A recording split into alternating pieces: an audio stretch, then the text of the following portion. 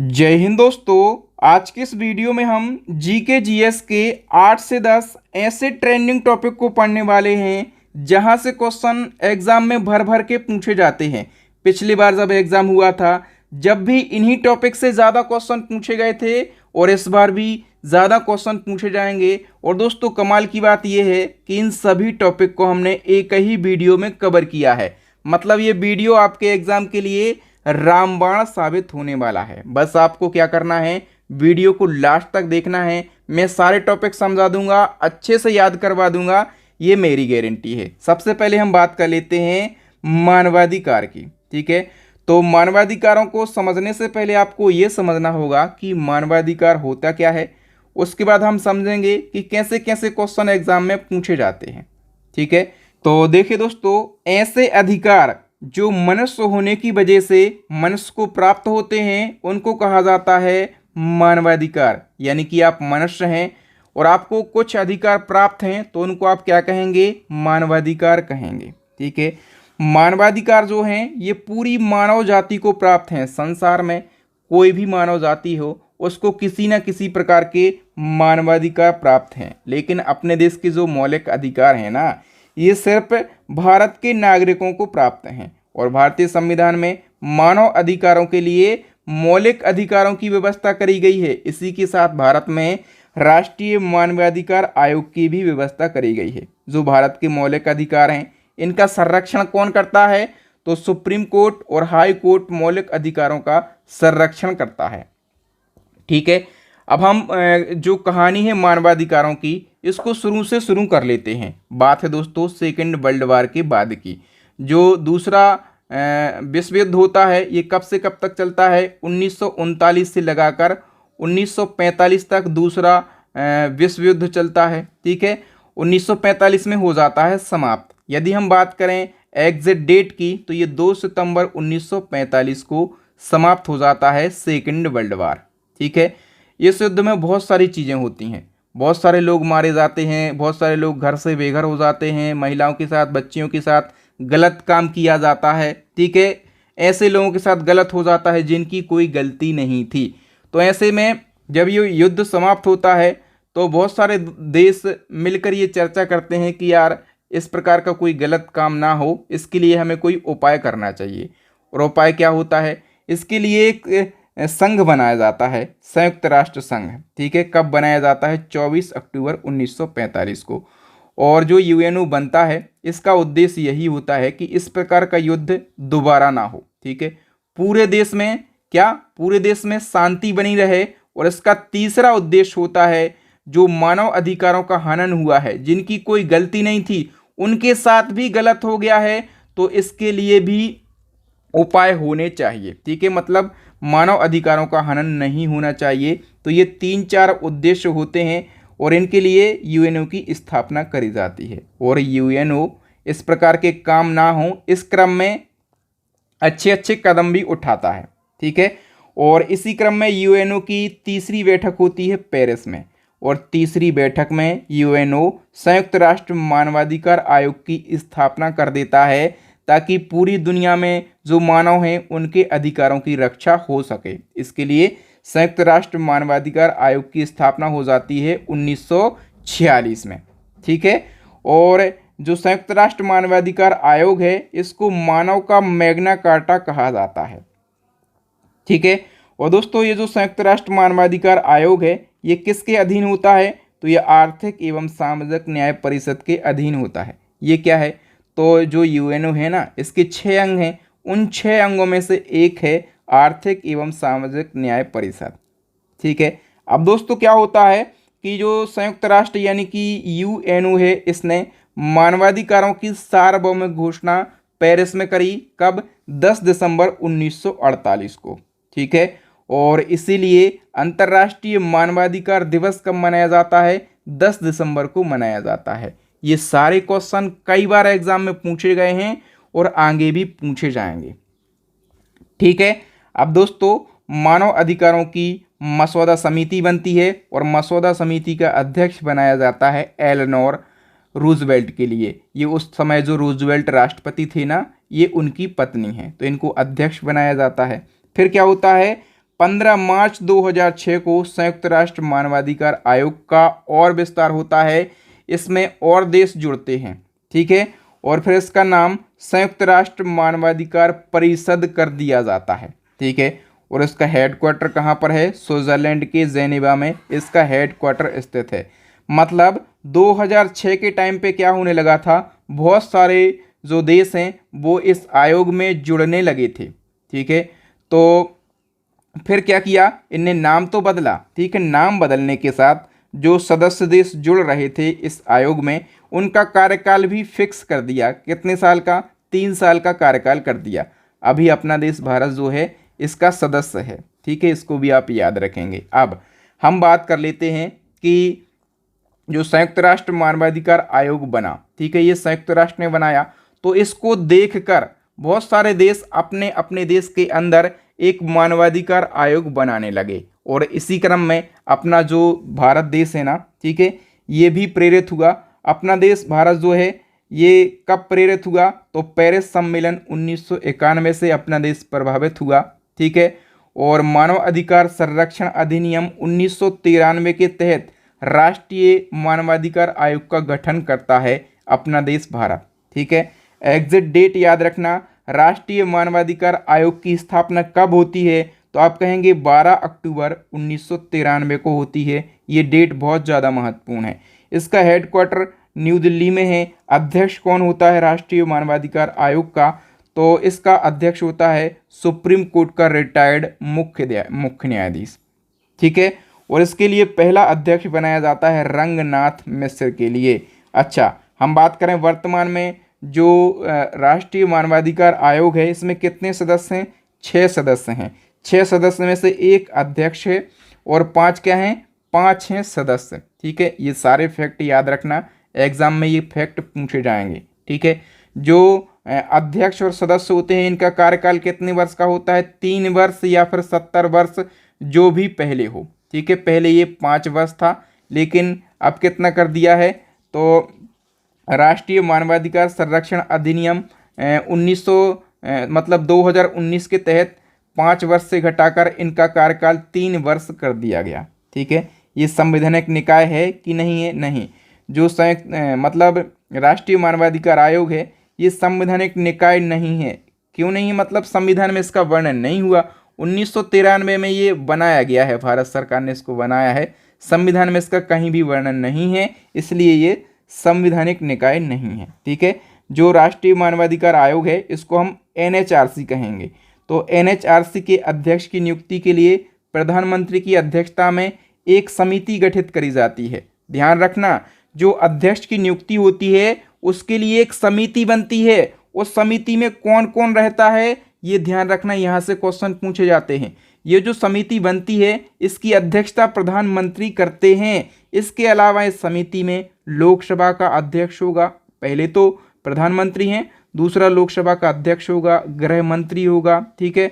फिर लोकसभा में जो विपक्ष का नेता है ना वो होगा, फिर राज्यसभा में विपक्ष का नेता जो है वो होगा, और फिर राज्यसभा के जो उपाध्यक्ष हैं, ठीक है, यानी कि जो उपसभापति हैं वो भी शामिल होंगे।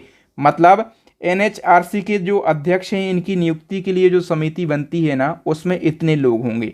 और इस समिति की अध्यक्षता कौन करेगा भैया? तो प्रधानमंत्री साहब करेंगे। मतलब समझ रहे हैं ना आप लोग कितना डिटेल में हम जा रहे हैं? यहीं से क्वेश्चन आपके एग्जाम में पूछे जाएंगे। अब देखिए, ये तो हमने बात करी, हमने क्या क्या पढ़ लिया? हमने पढ़ लिया कि जो संयुक्त राष्ट्र ने मानवाधिकार आयोग बनाया था उसको हमने पढ़ लिया। फिर देशों ने राष्ट्रीय मानवाधिकार आयोग बनाए, उसी क्रम में अपने देश ने भी राष्ट्रीय मानवाधिकार आयोग बनाया। अब हम पढ़ लेते हैं कि जो राज्य है ना भारत के, वो भी अलग अलग राज्यों में अलग अलग राज्य जो हैं राज्य मानवाधिकार आयोग की स्थापना कर रहे थे, ठीक है। तो इसमें आप पढ़ो कि जो राज्य मानवाधिकार आयोग है केवल उन्हीं मामलों की जांच करता है जो कि समवर्ती सूची तथा राज्य सूची के अंतर्गत आते हैं, ठीक है। और इसी क्रम में जो उत्तर प्रदेश है ना ये भी अपने मानवाधिकार आयोग की स्थापना करता है, ठीक है। तो उत्तर प्रदेश मानवाधिकार आयोग की स्थापना मानवाधिकार संरक्षण अधिनियम 1993 की धारा 21 के तहत करता है। जो मानवाधिकार संरक्षण अधिनियम 1993 बना, इसकी धारा 21 में क्या लिखा है कि राज्य मानव अधिकारों के संरक्षण के लिए एक आयोग की स्थापना करेंगे। तो इसी क्रम में जो उत्तर प्रदेश है, ये उत्तर प्रदेश मानवाधिकार आयोग की स्थापना 7 अक्टूबर 2002 में करता है और इसका हेडक्वार्टर कहाँ पर बनाया जाता है? लखनऊ में बनाया जाता है। समझ गए आप लोग? तो जो राज्य मानवाधिकार आयोग है यूपी का, उसमें एक अध्यक्ष है और 2 सदस्य हैं। इसका अध्यक्ष कौन होगा? जैसे केंद्र में सुप्रीम कोर्ट का रिटायर्ड मुख्य न्यायाधीश हो रहा था, उसी प्रकार से राज्य में हाई कोर्ट का पूर्व मुख्य न्यायाधीश जो है अध्यक्ष, इसका अध्यक्ष होगा। कार्यकाल तो सेम है, 3 वर्ष या फिर 70 वर्ष जो भी पहले हो, इसका कार्यकाल है। ठीक है। अच्छा, संविधान में जो अभी हमने मानवाधिकार आयोग जो थे ना, जितने भी थे उन सभी को हमने पढ़ लिया। अब मानव अधिकारों के लिए संविधान में मूल अधिकार यानी कि फंडामेंटल राइट का प्रावधान किया गया है। यहाँ से भी क्वेश्चन एग्जाम में पूछे जाते हैं। कौन से भाग में किया गया है मूल अधिकारों का वर्णन? तो भाग 3 में और अनुच्छेद 12 से 35 तक मूल अधिकारों का वर्णन किया गया है। ठीक है। याद रखना, जो संविधान का भाग 3 है ना, इसको मैग्ना कार्टा कहा जाता है। ये क्वेश्चन पूछा जाएगा। मूल अधिकारों की संख्या कितनी है? तो वर्तमान में जो मूल अधिकार हैं वो 6 हैं। ठीक है। यहाँ से क्वेश्चन पूछे जाते हैं। तो देखिए, एक अनुच्छेद 14 है। ठीक है। मैंने बताया कि भाग 3 में और अनुच्छेद 12 से 35 तक मूल अधिकारों का वर्णन किया गया है। तो हम ऐसे अनुच्छेदों को पढ़ लेते हैं जहाँ से क्वेश्चन ज़्यादा पूछे जाते हैं। तो एक है अनुच्छेद 14, ये पूछा जाता है। इसमें क्या कहा गया है? विधि के समक्ष समानता होगी। चाहे कोई राष्ट्रपति हो, चाहे कोई विधायक हो, चाहे एक आम नागरिक हो, सभी के लिए क्या होगा? विधि के समक्ष समानता होगी। चाहे कोई SC कैटेगरी से है, ठीक है, चाहे कोई जनरल कैटेगरी से है, सभी के साथ जो है विधि के समक्ष समान व्यवहार किया जाएगा। 15 में क्या दिया गया? अनुच्छेद 15 में धर्म, मूल वंश, जाति, लिंग या जन्म स्थान के आधार पर भेदभाव नहीं किया जाएगा। 16 में लोक नियोजन में समानता। लोक नियोजन में समानता मतलब सरकारी नौकरियों में समानता होगी। ठीक है, ये कहा गया है। 17 में अस्पृश्यता का अंत यानी कि छुआछूत का अंत किया गया। 18 में उपाधियों का अंत किया गया। 19 में बोलने की आज़ादी दी गई। ठीक है, पत्रकार वगैरह इसी के तहत बोलते हैं, मतलब कोई भी भाषण देता है तो अनुच्छेद 19 के तहत। अनुच्छेद 20 अपराधों के लिए दोष सिद्धि के संबंध में संरक्षण किया गया है। 21 में क्या है? प्राण एवं दैहिक स्वतंत्रता का संरक्षण किया गया है। अनुच्छेद 21 का में 6 से 14 वर्ष की आयु वर्ग वाले बालकों को निःशुल्क एवं अनिवार्य शिक्षा का प्रावधान किया गया है। 22 में कुछ दशाओं में गिरफ्तारी और निरोध से संरक्षण मिलेगा। 23 में मानव के दुर्व्यापार यानी कि जो मानव तस्करी होती है, ठीक है, और बलात्श्रम किया करवाया जाता था, उस पर निषेध लगाया गया है। 24 में क्या है? तो 6 से 14 वर्ष के बच्चों को मुश्किल कारखानों में जो काम करवाते थे ना, ठीक है, कारखानों में, कंपनियों में, तो इस पर क्या लगाया गया है? प्रतिबंध लगाया गया है। 26 में क्या है? धार्मिक कार्यों के प्रबंध की स्वतंत्रता रहेगी। ठीक है, आप जिस धर्म के हैं वो उस प्रकार का काम आप कर सकते हैं, कोई दिक्कत का काम नहीं है। अनुच्छेद 29 में है अल्पसंख्यक वर्गों के हितों का संरक्षण। ठीक है, और 32 में क्या है? संवैधानिक उपचारों का अधिकार। यदि आपके जो मूल अधिकार संविधान में दिए गए हैं उनका हनन होता है, ठीक है, हनन कोई कर रहा है, हनन हो रहा है, कोई आपकी नहीं सुन रहा है, तो आप अनुच्छेद 32 के तहत कहाँ जाते हैं, कहाँ जा सकते हैं? सुप्रीम कोर्ट जा सकते हैं। वहाँ पर बताएंगे कि हमारे ये मूल अधिकार हैं, संविधान ने हमें दिए हैं, लेकिन इनका हनन हो रहा है। समझ गए आप लोग? दोस्तों, वीडियो में आगे बढ़ने से पहले आप सभी लोगों के लिए बहुत बड़ी गुड न्यूज़ है। ये बात मैं भी जानता हूँ कि आपके एग्ज़ाम के लिए बहुत ही कम समय बचा है। आपके सिर पे बहुत ज़्यादा वर्णन है, क्या पढ़ें, कैसे पढ़ें, कहाँ से पढ़ें, ये सारी चीज़ें आप लोगों को समझ में नहीं आ रही होंगी। तो इसके लिए मैंने क्या करा है कि अपनी ई बुक्स को लॉन्च किया और इसमें मैंने डिस्काउंट ऑफर भी दे दिया है। ठीक है, और हमारी 3 ई बुक लॉन्च हो गई हैं। इन 3 ई बुक में से मैं आपको सजेस्ट करूंगा जो सबसे बेस्ट ई बुक है, ये है UP GK plus UP current की ई बुक। इसमें यूपी जीके प्लस करंट के वो सारे क्वेश्चन दिए गए हैं जो आपके एग्ज़ाम में पूछे जा सकते हैं। और इसके अलावा ये जो 8 टॉपिक है ना, इनको भी मैंने इसी ई बुक के अंदर मर्ज कर दिया है। मतलब जो ट्रेंडिंग टॉपिक हैं वो भी मिल जाएंगे, यूपी जीके मिल जाएगा, यूपी करंट मिल जाएगा एक ही ई बुक में। इसके अलावा जो स्टैटिक जीके वाला पोर्शन है वो कंप्लीट आपको कहाँ पर मिल जाएगा, हमारी स्टैटिक जीके की रामबाण ई बुक में। इसके अलावा इंडिया और इंटरनेशनल लेवल का जो करंट अफेयर्स है ये थर्ड वाली ई बुक में मिल जाएगा। मतलब इन ई बुक्स में मतलब जो ज़्यादातर क्वेश्चन है ना, हम ये कहेंगे कि 80% क्वेश्चन आपको इन्हीं ई बुक से देखने के लिए मिल जाएंगे। तो फटाफट से इन ई बुक को आप परचेस कर लीजिए। लिंक आपको वीडियो के डिस्क्रिप्शन बॉक्स में मिल जाएगा। वहीं पे आपको एक व्हाट्सअप नंबर भी मिल जाएगा। यदि आपको कोई परेशानी है तो आप हमसे व्हाट्सअप से कांटेक्ट कर सकते हैं। नेक्स्ट हमारा टॉपिक है विमुद्रीकरण। इसको नोटबंदी भी कहा जाता है और इंग्लिश में इसको कहा जाता है डीमोनेटाइजेशन। ये क्या होता है, हम बिल्कुल आसान भाषा में समझेंगे। दोस्तों, जब देश में काला धन बढ़ जाता है तो अर्थव्यवस्था के लिए खतरा भी बढ़ जाता है। तो अर्थव्यवस्था के बड़े इस खतरे को दूर करने के लिए और देश में जो काला धन बढ़ गया है इसको वापस लाने के लिए डीमोनेटाइजेशन यानी कि विमुद्रीकरण यानी कि नोटबंदी किया जाता है। कैसे करते हैं, तो जो करेंसी चलन में है, ठीक है, जो पुरानी करेंसी है उसको बंद किया जाता है और नई करेंसी का प्रचलन शुरू किया जाता है। अच्छा, ऐसे होती है नोटबंदी। तो अब तक कितनी बार ऐसा हो चुका है, अब तक 3 बार विमुद्रीकरण यानी कि नोटबंदी हो चुकी है। पहली बार कब हुई थी, ये सारे क्वेश्चन पूछे जाएंगे। पहली बार नोटबंदी हुई थी 1946 में ब्रिटिश सरकार के समय में, और इस समय 1000 और 10,000 के जो नोट चल रहे थे ना, इनको बंद कर दिया गया था। दूसरी बार नोटबंदी कब होती है, तो 1978 में दूसरी बार विमुद्रीकरण किया जाता है। ये दूसरी बार है, लेकिन ये स्वतंत्र भारत का पहला विमुद्रीकरण होता है, क्योंकि हम स्वतंत्र होते हैं 1947 में, ठीक है। और दूसरी बार 5000 और 1000 के नोटों को बंद किया गया था, ठीक है। ये आज़ाद भारत का, मैं बता चुका हूँ, पहला विमुद्रीकरण था। और इस समय कौन क्या था, ये क्वेश्चन पूछा जाएगा। पूछे ही जाते हैं कि 1978 की नोटबंदी के समय में प्रधानमंत्री कौन थे, आप कहेंगे मोरारजी देसाई थे। कौन सी पार्टी थी, जनता पार्टी, जो अब बीजेपी कहलाती है, ठीक है। वित्त मंत्री कौन थे, तो HM पटेल थे। राष्ट्रपति कौन थे, तो आप कहेंगे नीलम संजीव रेड्डी थे। वित्त सचिव कौन थे, मनमोहन सिंह थे। और RBI के गवर्नर कौन थे, तो IG पटेल RBI के गवर्नर थे। इन सभी को याद रखना, ये क्वेश्चन पूछे गए हैं और आने वाले एग्जाम में भी पूछे जाएंगे, ठीक है।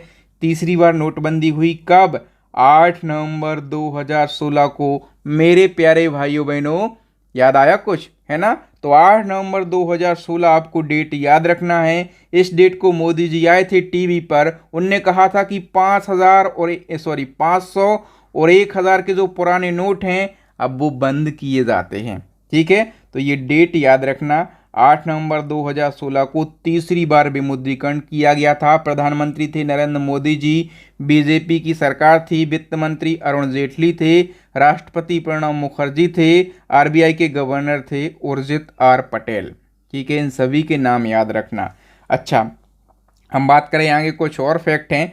तो देखिए, अघोषित आय की चोरी करने वालों की जांच के लिए 31 जनवरी 2017 को स्वच्छ धन अभियान शुरू किया गया। ये SI में पूछा गया था क्वेश्चन कि स्वच्छ धन अभियान कब शुरू किया गया, तो आप कहेंगे 31 जनवरी 2017 को ये अभियान शुरू किया गया। इसका उद्देश्य है अघोषित आय की चोरी करने वालों की जांच करना, ठीक है।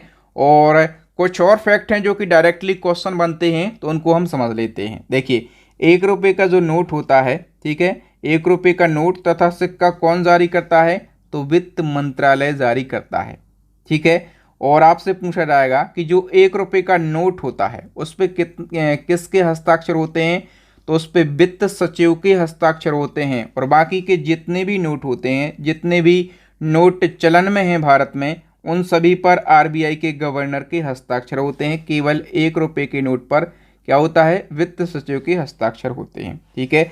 नोट पर कितनी भाषाएं लिखी होती हैं, तो आप कह देना 17 भाषाएं लिखी होती हैं, ठीक है।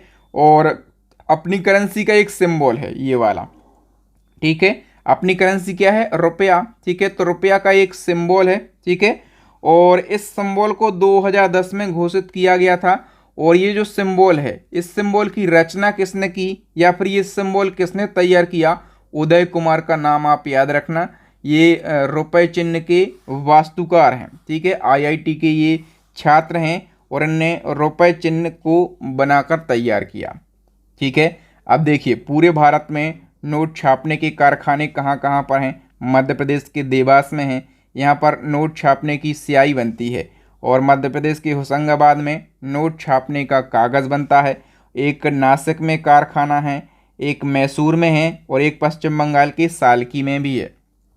ओके, सिक्के ढालने का जो टकसाल है वो कहाँ कहाँ पर है? नोएडा में है, मुंबई में है, कोलकाता में है और हैदराबाद में है। अच्छा, भारत रत्न का जो पदक है ये कहाँ पर ढाला जाता है? तो मुंबई और कोलकाता में भारत रत्न का पदक ढाला जाता है। ये क्वेश्चन कई बार एग्जाम में पूछा गया है। आगे हम बात कर लेते हैं नोटों पर अंकित चित्र तथा रंग के बारे में, कि कौन से नोट पर कौन सा चित्र अंकित है और कौन सा नोट किस रंग का है। ठीक है, यहाँ से क्वेश्चन देखने के लिए मिलते हैं। तो सबसे पहले हम बात कर लेते हैं 5 रुपये का जो नोट है। ठीक है, 5 रुपये का जो नोट है इस पे ट्रैक्टर का चित्र अंकित है। किस चीज़ का? ट्रैक्टर का चित्र अंकित है। और कौन से रंग का ये नोट है? हरे रंग का। 10 रुपये का जो नोट है दोस्तों, इस पे कोणार्क का सूर्य मंदिर बना हुआ है। ठीक है, और चॉकलेटी ब्राउन कलर का ये नोट है। 20 रुपये की नोट की यदि हम बात करें तो इसमें एलोरा की गुफाएं बनी हुई हैं। ठीक है, और हल्का पीला रंग है इस नोट का। जो 50 रुपये का नोट है इसमें हम्पी का रथ बना हुआ है। ठीक है, और कौन से रंग का है? तो ये ब्लू रंग का है। 100 रुपये के नोट की यदि हम बात करें, 100 रुपये का नोट, तो इस पर रानी की बाब बनी हुई है, रानी की बावड़ी। ये कौन से रंग का है? तो ये नीले रंग का है। ठीक है, और जो 200 रुपये का नोट है, 200 रुपये का नोट, इस पर सांची के स्तूप बने हुए हैं और ये कौन से रंग का है? तो ये पीले रंग का है। 500 रुपये की नोट की हम बात कर लेते हैं। 500 रुपये का जो नोट है ये क्या बना हुआ है इस पर? तो इस पर लाल किला बना हुआ है। ठीक है, और ये कौन से कलर का है? तो ये स्टोन ग्रे कलर का है। और 2000 रुपये के नोट की यदि हम बात करें तो इस पर मंगलयान बना हुआ है। ठीक है, और ये मैजेंडा रंग का है। कौन से रंग का है? मैजेंडा रंग का। तो ये सारे नोट आपको याद रखना है कि किस रंग के हैं और कौन से नोट पर कौन सा चित्र बना हुआ है। नेक्स्ट टॉपिक आ गया हमारा साइबर क्राइम। ये काफ़ी महत्वपूर्ण टॉपिक है। तो सबसे पहले आपको समझना होगा कि साइबर क्राइम होता क्या है। तो देखिए, गैर कानूनी तरीके से हम कोई भी काम करते हैं तो वो क्राइम होता है, वो अपराध होता है। इसी प्रकार से गैर कानूनी तरीके से कंप्यूटर, मोबाइल, एटीएम, इंटरनेट के द्वारा किया गया अपराध जो है वो साइबर अपराध कहलाता है। ठीक है, यानी कि आप अपराध कर रहे हैं, उसमें आप कंप्यूटर, मोबाइल, एटीएम, इंटरनेट, यदि इन सभी का यूज़ कर लेंगे तो वो अपराध साइबर अपराध हो जाएगा। ठीक है, साइबर क्राइम के लिए कई सारे कानून भी बने हैं। जैसे एक आईटी एक्ट 2000 बनाया गया था। ठीक है, पूछा जाएगा आपसे कि जो सूचना प्रौद्योगिकी अधिनियम 2000 है, इसको राष्ट्रपति ने कब मंजूरी दी? तो आप कहना कि 9 जून 2000 को दी। और ये कब लागू हुआ? तो 17 अक्टूबर 2000 को ये लागू हुआ। ठीक है, राष्ट्रीय साइबर सुरक्षा नीति आपसे पूछा जाएगा कब लागू हुई? तो आप कह देना 2013 को लागू हुई। ठीक है, अच्छा, एक और क्वेश्चन पूछा जाता है कि साइबर सुरक्षा का जनक किसको कहा जाता है? बॉब थॉमस को साइबर सुरक्षा का जनक कहा जाता है। भारत का पहला साइबर पुलिस स्टेशन कहाँ पर खोला गया? आप कहेंगे कर्नाटक के बेंगलुरु में।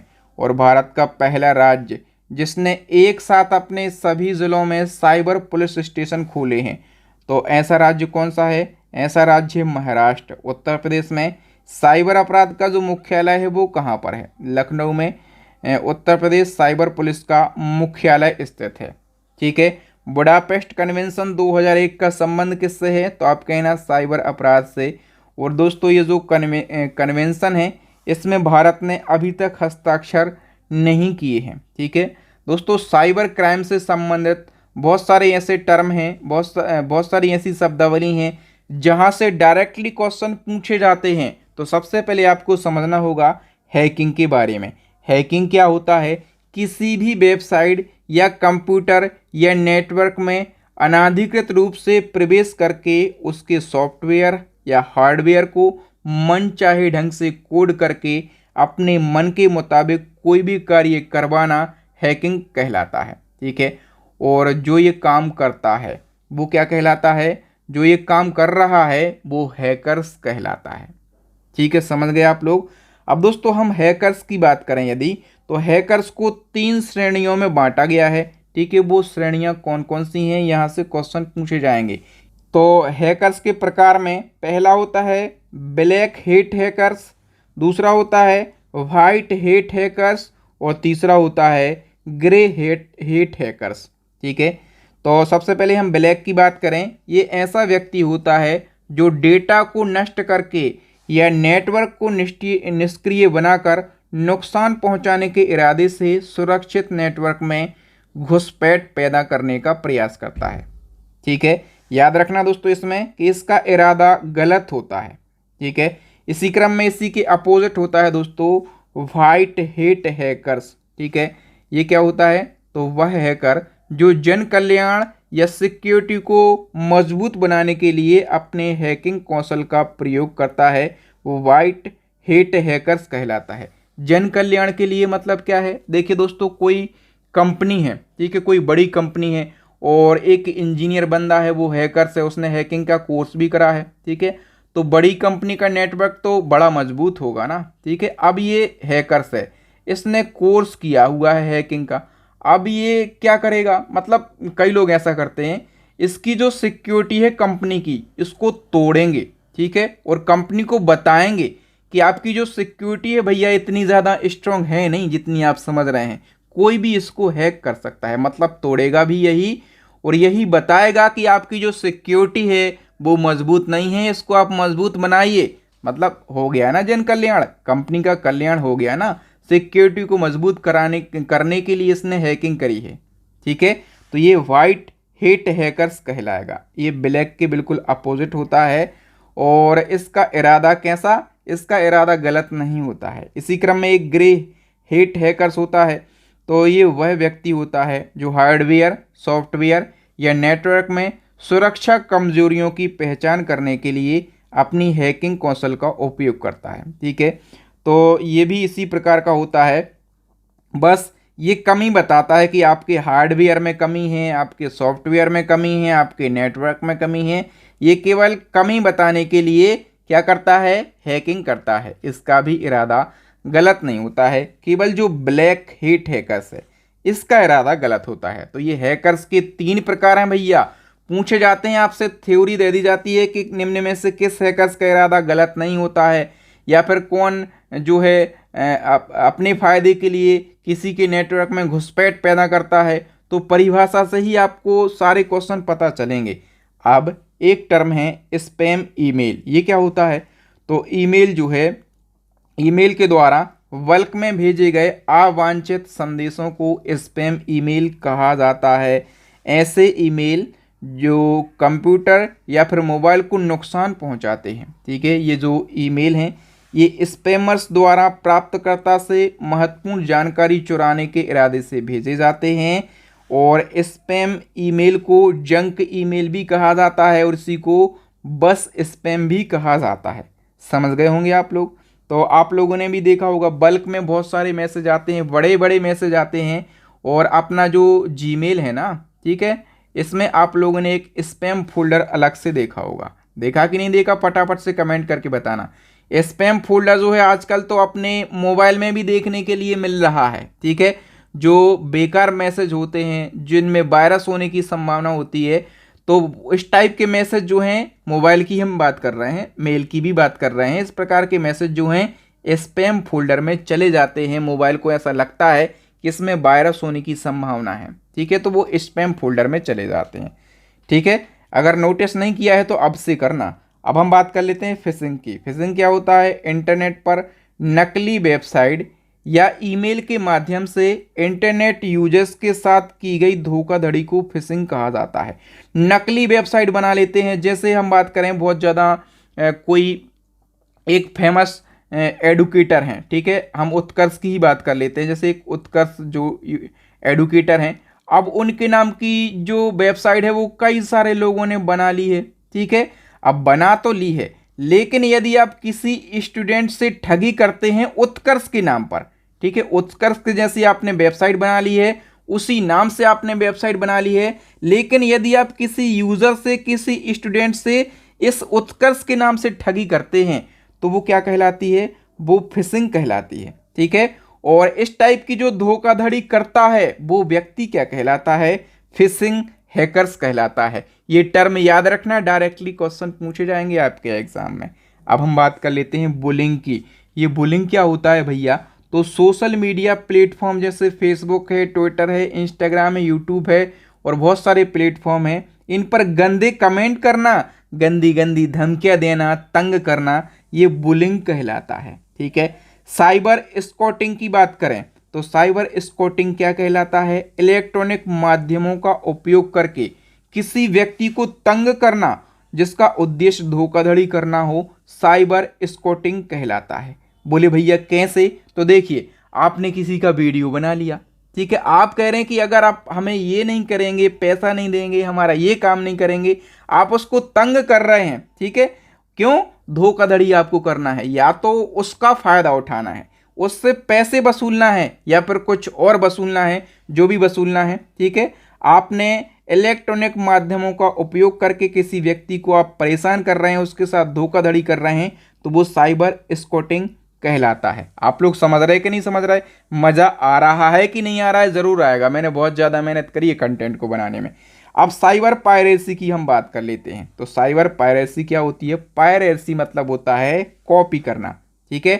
तो नकली सॉफ्टवेयर बनाकर कम दाम में बेचना। देखिए, जैसे मैंने एक एप्लीकेशन बनाया अपने चैनल का, फ्री एजुकेशन का, ठीक है, बहुत ज़्यादा फेमस हो गया, बच्चे बहुत ज़्यादा पसंद कर रहे हैं, बेस्ट कंटेंट डला है इस सॉफ्टवेयर पर। ठीक है। अब कोई एक और एडुकेटर है, उसको लगा यार क्या करें, इसका हम एक कॉपी बना लेते हैं। ठीक है। तो उसने हमारा सेम सॉफ्टवेयर की कॉपी बना ली। अच्छा, जो हमने एप्लीकेशन बनाया था इसको हमने पेड रखा था। कैसा? पेड। हम इसका 100 रुपये ले रहे थे। ठीक है। लेकिन उस बंदे ने जो एप्लीकेशन बनाया है, या तो वो कम दाम में दे रहा है या फिर फ्री दे रहा है, वो 50 रुपये में दे रहा है। ठीक है। हम 100 रुपये में दे रहे थे, तो उसने हमारे सॉफ्टवेयर की एक पायरेसी कर ली है, एक कॉपी बना ली है और वो कम दामों में बेच रहा है। ठीक है। तो ये क्या कहलाएगा? साइबर पायरेसी कहलाएगा। लॉजिक बम क्या होता है भैया? लॉजिक बम की बात करें तो लॉजिक बम एक कोड का टुकड़ा होता है। ठीक है। जिससे किसी एप्लीकेशन में, किसी सॉफ्टवेयर में, किसी नेटवर्क में या फिर किसी सिस्टम में डाला जाता है। इसे अक्सर किसी संगठन के खिलाफ दुर्भावनापूर्वक हमले के लिए प्रयोग किया जाता है। समझ गए? जैसे कोई संगठन है, आतंकवादी संगठन है, ठीक है, तो उसकी जानकारी निकालना है, तो एक सॉफ्टवेयर का एक कोड का टुकड़ा होता है, उसको हम कहते हैं लॉजिक बम। तो उनकी सारी जानकारी मिलती रहती है, इसलिए मतलब इस कोड का यूज़ करते हैं किसी संगठन की जानकारी लेने के लिए। समझ गए? अब ईमेल बॉम्बिंग्स की हम बात कर लेते हैं। ईमेल बॉम्बिंग्स क्या होता है? तो बड़ी संख्या में ईमेल भेजना ताकि अकाउंट बंद हो जाए, और अकाउंट जब बंद हो जाएगा ना, तो आपसे कहेंगे बंद हो गया भैया, फ़ोन लगा के बोलेंगे आपका अकाउंट बंद हो गया है, खुलवाना चाहते हैं तो 50,000 रुपये लगेंगे। ठीक है। तो बड़ी संख्या में ईमेल भेजना और अकाउंट बंद कर देना, अकाउंट बंद हो जाने के बाद खोलने के लिए पैसे की मांग करना, ईमेल बॉम्बिंग्स कहलाता है। समझ गए? अब साइबर क्राइम से जुड़े कुछ क्वेश्चन हैं जो कि डायरेक्टली एग्जाम में पूछे जाते हैं। जैसे आपसे पूछा जाएगा हैकिंग शब्द किस वर्ष गढ़ा गया था? तो 1955 से 1960 के बीच में हैकिंग शब्द गढ़ा गया था, ऐसा कोई निश्चित वर्ष नहीं है। ठीक है। हैकर शब्द जो है सबसे पहले कहाँ से अस्तित्व में आया? तो एक संस्था थी, इसका नाम है, शॉर्ट में इसको MIT कहा जाता है, मैसाचुसेट्स इंस्टीट्यूट ऑफ टेक्नोलॉजी संस्था से हैकर शब्द सबसे पहले अस्तित्व में आता है। पहला लोकप्रिय हैकर सम्मेलन किस वर्ष हुआ था? तो हैकर सम्मेलन सबसे पहले 1993 में और लास वेगास नेवादा में हुआ था। और पहले हैकर सम्मेलन का नाम क्या था? मतलब ये जो सम्मेलन हुआ 1993 में, इस सम्मेलन को नाम दिया गया डेपकॉन। क्या? डेपकॉन इसको नाम दिया गया। नेक्स्ट आपसे पूछा जाएगा खालिस्तान सबसे पुरानी फ़ोन हैकिंग तकनीक है जिसका उपयोग हैकर्स फ्री कॉल करने के लिए करते थे। दोस्तों, जो फ्रीकिंग है, ठीक है, फ्रीकिंग नाम की फ़ोन हैकिंग तकनीक सबसे पुरानी तकनीक मानी जाती है और इसका उपयोग हैकर्स फ्री कॉल करने के लिए करते थे। और आपसे पूछा जाएगा कि सबसे पुरानी जो हैकिंग है ये किसने करी, तो आप कह देना जॉन ड्रेपर नाम के एक हैकर्स ने करी थी। ठीक है। पहली व्यवहारिक प्रौद्योगिकी हैकिंग किस वर्ष अस्तित्व में आई? 1978 में यह अस्तित्व में आई थी। और किस वर्ष हैकिंग एक व्यवहारिक अपराध और प्रौद्योगिकी क्षेत्र में चिंता का विषय बन गया? तो ये लगभग 1970 में चिंता का विषय बन गया था। वर्ष 1971 में प्रमुख हैकिंग करने वाला पहला व्यक्ति कौन था? तो मैंने बताया कि जॉन ड्रेपर था। ठीक है। और जॉन ड्रेपर ने 1971 में जो है ये वियतनाम के थे जॉन ड्रेपर, और इनने ये पता लगाया था कि फ्री में कॉल कैसे करते हैं, फ्री में फ़ोन कॉल कैसे करते हैं। और ये जो हैकिंग है ये लगभग पहली हैकिंग मानी जाती है। और इस प्रकार की हैकिंग को क्या कहा जाता था? तो फ्री किंग कहा जाता था। किस वर्ष कंप्यूटर वैज्ञानिकों ने टीसीपी और आईपी प्रोटोकॉल के लिए एक इनस्क्रिप्शन तकनीक को एकीकृत करने का प्रयास किया? करेक्ट आंसर हो जाएगा 1978 में। अमेरिका में कंप्यूटर धोखाधड़ी और दुरुपयोग अधिनियम किस वर्ष अपनाया गया? तो ये 1984 में अपनाया गया था। ये सारे क्वेश्चन कई बार पूछे गए हैं आपके एग्जाम में। इंटरनेट के माध्यम से कंप्यूटर वर्म्स वितरित करने वाला पहला व्यक्ति कौन था? आप कहेंगे रॉबर्ट टी मॉरिस था। और ARPANET सिस्टम को तोड़ने वाले हैकर का नाम बताइए। ARPANET सिस्टम को ही तोड़ दिया था, इसका नाम है केविन पॉल्सन। ठीक है। और ARPANET आप लोगों ने जानते हैं इसको कि नहीं जानते हैं? एक प्रकार का बहुत पुराना नेटवर्क है। ठीक है। साइबर स्पेस शब्द किसने गढ़ा? तो ये विलियम गिब्सन ने गढ़ा था 1821 में। और ये कौन थे? William Gibson. तो ये अमेरिकी वैज्ञानिक थे। नेक्स्ट हमारा टॉपिक है जीएसटी। तो जीएसटी से बनने वाले वो कौन से क्वेश्चन हैं जो कि बार बार पूछे जाते हैं? तो सबसे पहले आपको पता रहना ज़रूरी है कि जीएसटी किस प्रकार का कर है, ये क्वेश्चन भी पूछा जाता है। तो जीएसटी एक अप्रत्यक्ष यानी कि इनडायरेक्ट टैक्स है। जीएसटी की फुल फॉर्म कई बार पूछी गई है। तो गुड्स एंड सर्विस टैक्स यानी कि वस्तु एवं सेवा कर जीएसटी का फुल फॉर्म होता है। जीएसटी को भारत में कब लागू किया गया? तो 1 जुलाई 2017 से पूरे भारत में जीएसटी लागू हुआ। ठीक है। भारत में जीएसटी दिवस कब मनाया जाता है? जीएसटी दिवस ये 1 जुलाई को मनाया जाता है, क्योंकि 1 जुलाई को जीएसटी लागू हुआ था। अच्छा, जीएसटी दिवस कब से मनाना शुरू हुआ? तो 2018 से मनाना शुरू हुआ। 2017 में लागू हुआ था और 1 साल बाद से भारत में जीएसटी दिवस मनाया जाने लगा। ठीक है। जीएसटी को किस संविधान संशोधन के तहत जोड़ा गया? ये बहुत ज़्यादा महत्वपूर्ण है। तो संविधान में 101वां संशोधन करके जीएसटी को जोड़ा गया था। जीएसटी बिल राज्यसभा और लोकसभा में कब पारित किया गया? तो जीएसटी बिल राज्यसभा से पारित होता है 3 अगस्त 2016 को। लोकसभा में 5 दिन बाद 8 अगस्त 2016 को पारित होता है। और 8 सितंबर को देते हैं राष्ट्रपति इसको मंजूरी। ठीक है। और 8 सितंबर 2016 को जीएसटी बिल को मंजूरी मिल जाती है। ठीक है। और ये लागू कब होता है भारत में? तो 1 जुलाई 2017 से जीएसटी पूरे भारत में लागू हो जाता है। ठीक है। आपसे पूछा जाएगा कि भारतीय जीएसटी का वास्तुकार किसे माना जाता है? तो असीम दास गुप्ता को जीएसटी का वास्तुकार माना जाता है भारत में। दोस्तों, ये जो असीम दास गुप्ता है ना, ठीक है, इन्हें 2000 में एनडीए सरकार के द्वारा जीएसटी परिषद का अध्यक्ष बनाया गया था। आपसे पूछा जाएगा कि जीएसटी लागू करने वाला पहला देश कौन सा है? तो पूरी दुनिया का पहला देश जिसने जीएसटी लागू किया वो है फ्रांस।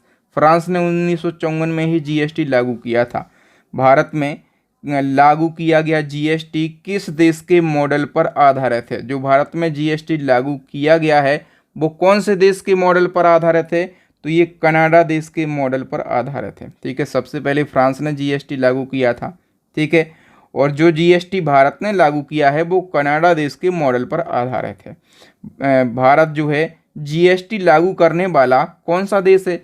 जैसे फ्रांस जीएसटी लागू करने वाला पहला देश है। ठीक है। इसी प्रकार से भारत जीएसटी लागू करने वाला 161वां देश है पूरी दुनिया का। ठीक है। जीएसटी की अवधारणा पहली बार किसके द्वारा संसद में पेश की गई? तो जीएसटी की अवधारणा सबसे पहले पी चिदम्बरम के द्वारा 2005 में पेश करी गई थी। नेक्स्ट है राज्यों के वित्त मंत्रियों की अधिकार प्राप्त समिति ने जीएसटी हेतु कब पहला चर्चा पत्र जारी करते हुए एक डिज़ाइन और रोड मैप तैयार किया? तो ये 2009 में किया था। ठीक है। जीएसटी ने किस टैक्स को प्रतिस्थापित किया? तो जीएसटी ने वैट यानी कि वैल्यू एडेड टैक्स को प्रतिस्थापित किया। ये कब से लागू था वैट? तो ये 1 अप्रैल 2005 से लागू था। अब आपसे पूछा जाएगा बहुत शानदार क्वेश्चन, विधानसभा में जीएसटी बिल पारित करने वाला भारत का पहला राज्य कौन था? तो अपनी विधानसभा में जीएसटी बिल पारित करने वाला देश का पहला राज्य था असम। असम ने जीएसटी बिल को 12 अगस्त 2016 को पारित किया था। देखिए हुआ क्या था, लोकसभा और राज्यसभा में जो जीएसटी बिल है ये पास हो गया, लेकिन लोकसभा और राज्यसभा में पास हो जाने के बाद इस बिल को 50% राज्य विधानसभाओं से मंजूरी मिलना जरूरी था। ठीक है। और इसी क्रम में असम ऐसा पहला राज्य बना जिसने अपनी विधानसभा में जीएसटी बिल को पारित किया। ठीक है। और दूसरा राज्य कौन सा बना? बिहार। बिहार ने 16 अगस्त को ये बिल पारित किया। और तीसरा बना झारखंड। ठीक है। अब देखिए 50% में यानी 29 राज्य थे। ठीक है। तो 29 का 50% लगभग 15। ठीक है। तो 15 राज्यों को ये बिल जो है ये पास करना ज़रूरी था अपनी विधानसभा में। तो आपसे पूछा जाएगा कि जो 15वां राज्य है, ठीक है, ये कौन सा बना? तो आप कह देना 15वां राज्य बना गोवा। ठीक है। और राष्ट्रपति की मंजूरी मिली। ठीक है। तो ये राजपत्र में अधिसूचित किया गया, ये बिल राष्ट्रपति ने मंजूरी दी। ठीक है। फिर इसके बाद ये राजपत्र में अधिसूचित किया गया। तो अधिसूचित होने के बाद जीएसटी एक्ट को मंजूरी देने वाला प्रथम राज्य कौन है? अब देखिए 15 राज्यों ने तो मंजूरी दे दी है, अपनी विधानसभा से पास करवा लिया, लेकिन अब ये बिल कंप्लीट हो गया, 50% राज्यों ने इसको मंजूरी दे दी। ठीक है। तो मंजूरी देने के बाद राष्ट्रपति ने भी इसको मंजूरी दे दी और ये जो है ये कानून बन गया और राजपत्र में अधिसूचित हो गया। अब अधिसूचित होने के बाद जीएसटी बिल को मंजूरी देने वाला पहला राज्य कौन सा है? तो आप कहेंगे उड़ीसा। ठीक है। उड़ीसा ने 1 सितंबर 2016 को जीएसटी बिल को मंजूरी दी थी। ये सारे क्वेश्चन पूछे जाते हैं जब एग्जामिनर फंसाएगा आपको, क्वेश्चन का लेवल कठिन करेगा, तो यही क्वेश्चन पूछेगा और आप कहेंगे सर ऐसा तो कहीं किसी बुक में लिखा नहीं है, ये कंटेंट आपको कहाँ से? तो भैया मेरे यही क्वेश्चन पूछे जाते हैं। ठीक है। और जब मतलब कोई भी एडुकेटर हो, जिस लेवल से मैं मेहनत करता हूँ, मैं सबसे आशा करता हूँ कि वो सारे एडुकेटर इसी टाइप से मेहनत करते होंगे और बेस्ट कंटेंट में लाने का पूरा प्रयास करता हूँ ताकि आपके एग्ज़ाम से मतलब आपके एग्ज़ाम में कहीं और से क्वेश्चन ना पूछा जाए। हम तो 100% देने का प्रयास करते हैं, हम तो यही चाहते हैं कि 100% यहीं से पूछा जाए। ठीक है। और लगभग बहुत ज़्यादा क्वेश्चन पूछे भी जाते हैं, इसलिए मैं आपको बार बार बोलता हूं कि हमारे हर वीडियो को पूरा देखा कीजिए, क्योंकि हम अपने हर वीडियो में बेस्ट कंटेंट लाने का पूरा प्रयास करते हैं। ठीक है। अब देखिए आपसे पूछा जाएगा कि जीएसटी को मंजूरी देने वाला अंतिम राज्य कौन है? तो अब अंतिम राज्य पूछा जाएगा तो आप कहेंगे मणिपुर है। ठीक है। और जम्मू कश्मीर, मणिपुर और हम बात करें मणिपुर की, तो मणिपुर ने 5 जून 17 को मंजूरी दी और जम्मू कश्मीर ने 5 जुलाई 2017 को मंजूरी दी। अंतिम राज्य पूछा जाएगा तो मणिपुर, और अंतिम राज्य ऑब्लिक केंद्र शासित प्रदेश पूछा जाएगा तो जम्मू कश्मीर, अंतिम केंद्र शासित प्रदेश पूछा जाए तो जम्मू कश्मीर लगाना है। समझ गए? अब देखिए जो SGST है यानी कि स्टेट जीएसटी अधिनियम है, ठीक है, ये पारित करने वाला पहला राज्य कौन है? तो करेक्ट आंसर हो जाएगा तेलंगाना। दूसरा राज्य कौन है? तो आप कहेंगे बिहार। स्टेट जीएसटी अलग है। ठीक है। और जीएसटी के प्रकार कितने होते हैं? तो 4 प्रकार होते हैं। ठीक है। एक होता है, मैं यहाँ पर लिख देता हूँ, एक होता है IGST, इसको बोलते हैं integrated goods and service tax. एक होता है SGST। ठीक है। एक होता है SGST मतलब स्टेट जीएसटी। और नेक्स्ट हम बात करें तो नेक्स्ट होता है CGST यानी कि सेंट्रल जीएसटी। और चौथा होता है क्या? UTGST यानी कि यूनियन टेरिटरी जीएसटी। ठीक है। तो ये 4 प्रकार होते हैं। अब देखिए जो 4 प्रकार हैं CGST, SGST, IGST, UTGST, तो इन बिलों को लोकसभा के द्वारा कब पारित किया गया? ये 4 अलग बिल हैं, ठीक है। तो इनको 29 मार्च 2017 को पारित किया गया था राज्यसभा में 6 अप्रैल को। और हम बात करें कि राज्यसभा में सबसे पहले लोकसभा में 29 मार्च 2017 को, राज्यसभा में 6 अप्रैल 2017 को, और राष्ट्रपति मंजूरी देते हैं 12 अप्रैल 2017 को, ठीक है। जीएसटी में टैक्स स्लैब कितने प्रकार के होते हैं, बहुत ज़्यादा महत्वपूर्ण क्वेश्चन है। तो जीएसटी में 5 प्रकार के टैक्स स्लैब होते हैं। कितने प्रकार के? 5 प्रकार के। कौन कौन से प्रकार हैं? तो 0%, 5%, 12%, 18% और 28% के टैक्स स्लैब होते हैं। अब देखिए GSTIN की फुल फॉर्म क्या है? GSTIN की फुल फॉर्म होती है goods and service tax identification number, ठीक है। जीएसटी की तो यही रहेगी, ठीक है। अब केवल IN जुड़ गया है तो आइडेंटिफिकेशन नंबर इसका फुल फॉर्म होता है। जो GSTIN है इसमें कितने डिजिट होते हैं, कितने नंबर होते हैं, कितने अंक होते हैं? तो इसमें 15 डिजिट होते हैं, ठीक है। अब कौन सा डिजिट क्या बताता है, यहाँ से भी क्वेश्चन देखने के लिए मिले हैं। तो जीएसटी व्यवस्था के तहत प्रत्येक करदाता को 15 अंकीय GSTIN नंबर दिया जाता है, ठीक है। और इस नंबर के जो पहले 2 अंक होते हैं, ठीक है, ये राज्य कोड का प्रतिनिधित्व करते हैं।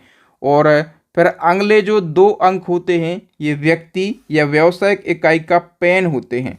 और जो 13वां अंक होता है ये राज्य के भीतर पंजीकरण की संख्या के आधार पर क्या बताता है, आधार पर निर्धारित होता है। और जो 14वां अंक होता है ना, ये डिफ़ॉल्ट रूप से जेड होता है। और जो अंतिम अंक होता है 15वां, ये चेक कोड के लिए होता है, ठीक है। तो ये लिख लो कहीं, इस प्रकार के क्वेश्चन भी देखने के लिए मिलते हैं। किसके द्वारा? देश के लिए दोहरे जीएसटी मॉड्यूल का प्रस्ताव रखा गया। तो दोहरे जीएसटी यानी कि CGST और SGST जो मॉड्यूल है इसका प्रस्ताव रखा गया था चुनाव आयोग के द्वारा, ठीक है। इस मॉडल के तहत जो जीएसटी है इसके 2 घटक होंगे, 2 मॉड्यूल होंगे। एक होगा CGST यानी कि सेंट्रल जीएसटी, इसको केंद्र के द्वारा लगाया जाएगा और एकत्र भी केंद्र के द्वारा किया जाएगा। दूसरा होगा SGST यानी कि स्टेट जीएसटी, इसको संबंधित राज्य के द्वारा लगाया जाएगा और उसी राज्य के द्वारा इसको एकत्रित किया जाएगा, ठीक है। अब बताइए राज्य यानी कि इंट्रा स्टेट सप्लाई में SGST और CGST में केंद्र और राज्य का कितना प्रतिशत होता है? तो ये 50-50% होता है, ठीक है। जीएसटी के ब्रांड एम्बेसडर पूछे जाएंगे तो कह देना अभिनेता अमिताभ बच्चन। और कोई यदि जीएसटी की चोरी कर लेता है, ठीक है, किसी ने जीएसटी की चोरी कर ली या फिर किसी प्रकार का और धोखाधड़ी कर लिया जीएसटी में, तो कितनी सज़ा का प्रावधान है? तो अधिकतम 5 साल की सज़ा का प्रावधान है और उसमें मोटा जुर्माना लगाया जाता है। मतलब जिस हिसाब से चोरी करी है 1 करोड़, ठीक है, 10 लाख, 1 अरब तक के जुर्माना लगाए गए। मॉड्यूल जीएसटी कानून में शामिल कुल कितने सेक्शन, चैप्टर और अनुसूचियां हैं, ये भी पूछा जाता है। तो जो मॉडल जीएसटी कानून है इसमें 162 तो सेक्शन हैं, याद रखना 162 सेक्शन हैं, 25 इसमें चैप्टर हैं और 4 शेड्यूल यानी कि अनुसूचियां हैं, ठीक है। ये कंप्लीट याद रखना, ये कई बार पूछा गया है, कुछ भी पूछा जाएगा। चैप्टर कितने? 162 सेक्शन कितने? 162, चैप्टर 25 और 4 शेड्यूल हैं। अब देखिए मॉडल जीएसटी कानून की किस अनुसूची में ये वर्गीकृत किया जाता है कि कोई सप्लाई गुड्स है या सर्विस? तो ये अनुसूची 2 में वर्गीकृत किया गया है, ठीक है। Central goods and service tax act 2017 में कुल कितनी अनुसूचियां हैं? तो देखिए ये CGST एक्ट अलग है, ठीक है, इसमें अनुसूचियां पूछी जाएंगी। तो इसमें भी आप जान लो कि इसमें 3 अनुसूचियां हैं, 21 चैप्टर हैं और 174 जो हैं ये सेक्शन हैं, समझ गए। जीएसटी से पहले अधिकांश वस्तुओं के लिए वैधानिक कर की दर लगभग कितनी थी? जीएसटी से पहले लगभग वैधानिक दर जो है ये 26.5% थी। जीएसटी के बाद अधिकांश वस्तुओं की दर जो है ये 18% के दायरे में आ गई है। GSTN की फुल फॉर्म क्या होती है? तो देखिए जीएसटी की तो सभी को पता है, गुड्स एंड सर्विस टैक्स, केवल एन जुड़ा है ना, तो यहाँ पर नेटवर्क आप जोड़ दीजिए, ठीक है। जो GSTN सॉफ्टवेयर है इसको किस कंपनी के द्वारा विकसित किया गया, किस कंपनी ने इसको डेवलप किया है, तो आप कहेंगे इन्फोसिस कंपनी ने जीएसटी एंड सॉफ्टवेयर को डेवलप किया है। भारत सरकार जो है, भारत सरकार के द्वारा जीएसटी योजना के प्रचार के लिए कौन सा नारा दिया गया, तो जीएसटी योजना भी भारत सरकार ने लागू करी और इसके प्रचार के लिए भारत ने नारा दिया एक राष्ट्र एक कर एक बाजार। जीएसटी परिषद किस अनुच्छेद के अंतर्गत आती है, तो ये अनुच्छेद 279A के अंतर्गत आती है। जीएसटी परिषद का अध्यक्ष कौन होता है, तो केंद्रीय वित्त मंत्री जीएसटी परिषद का अध्यक्ष होता है। जीएसटी परिषद के पहले अध्यक्ष कौन थे, तो उस टाइम जब जीएसटी लाया गया तो अरुण जेटली वित्त मंत्री थे। ठीक है, तो यही जो हैं जीएसटी परिषद के पहले अध्यक्ष थे, क्योंकि वित्त मंत्री जीएसटी परिषद का अध्यक्ष होता है। जीएसटी परिषद में कुल कितने सदस्य होते हैं, तो 33 सदस्य होते हैं। ठीक है, जीएसटी परिषद के सदस्यों की नियुक्ति राष्ट्रपति के द्वारा करी जाती है। जीएसटी परिषद की स्थापना 12 सितंबर 2016 को करी गई थी और जीएसटी परिषद सचिवालय का जो मुख्यालय है ना, ये न्यू दिल्ली के अंदर स्थित है। बताइए, जो जीएसटी लॉ है, गुड्स एंड सर्विसेज कानून, इसमें कितने तरह के जीएसटी रिटर्न का प्रावधान है, तो जीएसटी लॉ में 22 तरह के जीएसटी रिटर्न का प्रावधान है। ठीक है, अब देखिए, इन 22 जीएसटी रिटर्न में से केवल 11 प्रकार के GST return active GST return है। ठीक है, केवल 11 एक्टिव हैं, 4 सस्पेंड हैं और 8 जो हैं ये व्यू ओनली हैं। ठीक है, जीएसटी के लिए इनवॉइस प्रोत्साहन योजना मेरा बिल मेरा अधिकार का शुभारंभ कब किया गया, 1 सितंबर 2023 से किया गया। ठीक है, प्रथम जीएसटी परिषद की बैठक का आयोजन कहाँ पर किया गया, नई दिल्ली में, और सितंबर 2016 में इसका आयोजन किया गया। जीएसटी दरों से संबंधित कौन सी समिति है, जीएसटी दरों से संबंधित समिति का नाम है अरविंद सुब्रमण्यम पैनल। आपसे पूछा जाएगा कि अरविंद सुब्रमण्यम पैनल का संबंध किससे है, आपसे पूछा जाएगा, ऑप्शन में दिया जाएगा प्रत्यक्ष कर, अप्रत्यक्ष कर, फलाना लिमका ढमका, तो आप कह देना ये जो समिति है ये जीएसटी दरों से संबंधित है। राष्ट्रीय मुनाफाखोरी विरोधी प्राधिकरण ये जो है इसको शॉर्ट में एनएए कहा जाता है। ठीक है, तो ये जो प्राधिकरण है इसको किस एक्ट के तहत स्थापित किया गया था, तो इसको सीजीएसटी एक्ट के तहत स्थापित किया गया था। ये जो प्राधिकरण है एनएए, इसके प्रथम अध्यक्ष कौन थे, तो बद्री नारायण शर्मा इसके पहले अध्यक्ष बनाए गए थे। ठीक है, तो यहाँ पर जीएसटी से बनने वाले सारे क्वेश्चन को देख लिया। अगला हमारा ट्रेंडिंग टॉपिक है पुलिस विभाग से संबंधित क्वेश्चन, मोस्ट ट्रेंडिंग टॉपिक है। तो सबसे पहले आप इसमें बताइए कि उत्तर प्रदेश पुलिस का आदर्श वाक्य क्या है। सबसे पहले तो आदर्श वाक्य ही पता होना जरूरी है ना, तो ये है सुरक्षा आपकी संकल्प हमारा। और यूपी पुलिस ने अपना एथम सॉन्ग कब लॉन्च किया, 16 अगस्त 2023 को यूपी पुलिस ने अपना एथम सॉन्ग लॉन्च किया। ठीक है, और यूपी पुलिस का एथम सॉन्ग है क्या, चट्टानों की जिद पिघला दी, बाजू को आग बनाया है, कांधे पर सितारे नहीं हमने यूपी का ताज सजाया है। ये है यूपी पुलिस का एथम सॉन्ग और इस सॉन्ग को रितेश रजवाड़ा ने लिखा है और कुंवर सिंह अंसित ने इसको गाया है। ठीक है, ये दो नाम आपको ज़रूर याद रखना है, ये नाम कभी भी आपको 1 नंबर दिला सकते हैं। भारत का पहला केंद्रीय पुलिस विश्वविद्यालय किस राज्य में स्थित है, ये उत्तर प्रदेश के ग्रेटर नोएडा में स्थित है। ठीक है, इस यूनिवर्सिटी का उद्देश्य क्या है, पुलिसिंग के क्षेत्र में अनुसंधान और विकास को बढ़ावा देना। उत्तर प्रदेश सरकार ने पुलिस कमिश्नर प्रणाली को कब लागू किया, एक बार गलती से मैंने 2022 बोल दिया है। ठीक है, इसको करेक्ट कर लो भैया, 2020 में यूपी में पुलिस कमिश्नरी जो प्रणाली है ये लागू करी जाती है। उद्देश्य कानून व्यवस्था को बेहतर और लोकप्रिय बनाना। किसी राज्य में पुलिस में सबसे ऊंचा पद कौन सा होता है, तो डीजीपी होता है। ठीक है, डीजीपी की full form director general of police होती है, इसको हिंदी में पुलिस महानिदेशक कहा जाता है। ठीक है, ये किसी राज्य में सबसे बड़ा पुलिस अधिकारी होता है। नेक्स्ट है पुलिस के लोगो का रंग क्या होता है। आप लोग ये पुलिस का लोगो देख पा रहे होंगे, इसका रंग कैसा है, लाल और नीला। एक क्वेश्चन बहुत ज़्यादा महत्वपूर्ण आ गया, भारतीय पुलिस अधिनियम की किस धारा में पुलिस शब्द को परिभाषित किया गया है, तो भारतीय पुलिस अधिनियम है 1861। ये अधिनियम 1861 में ही पारित हुआ था और इस अधिनियम की धारा 1 में ही पुलिस शब्द को परिभाषित किया गया है। ठीक है। और भारतीय पुलिस अधिनियम 1861 में कुल कितनी धाराएं हैं? टोटल धारा पूछी जाए तो टोटल 47 धाराएं हैं। ठीक है। और मैंने बताया कि ये अधिनियम 1861 में ही पारित किया गया था। उद्देश्य क्या है? तो पूरे देश में एक समान पुलिस प्रणाली लागू करना इसका उद्देश्य है। और आपसे पूछा जाए पुलिस विभाग में कितने पद होते हैं, तो 16 पद होते हैं। मैंने आपको बता दिया है कि सबसे ऊंचा पद जो है ये डीजीपी का होता है और सबसे निचला पद जो है ये कांस्टेबल का होता है। पूछा जाएगा सबसे निचला पद कौन सा होता है? कांस्टेबल का। ठीक है। नेक्स्ट हमारा क्वेश्चन है, राष्ट्रपति पुलिस पदक कब अस्तित्व में आया? तो ये 1 मार्च 1951 से अस्तित्व में आया। ठीक है। जो राष्ट्रपति पुलिस पदक है ये हर साल स्वतंत्रता दिवस और गणतंत्र दिवस समारोह के अवसर पर पुलिस में विशिष्ट सेवा के लिए प्रदान किया जाता है। पुलिस विभाग कौन से मंत्रालय के अधीन है? तो देखिए ये राज्य गृह मंत्रालय के अधीन है। कौन से? राज्य गृह मंत्रालय के अधीन है। उत्तर प्रदेश पुलिस का मुख्यालय कहाँ पर है? तो करेक्ट आंसर हो जाएगा लखनऊ की सिग्नेचर बिल्डिंग में।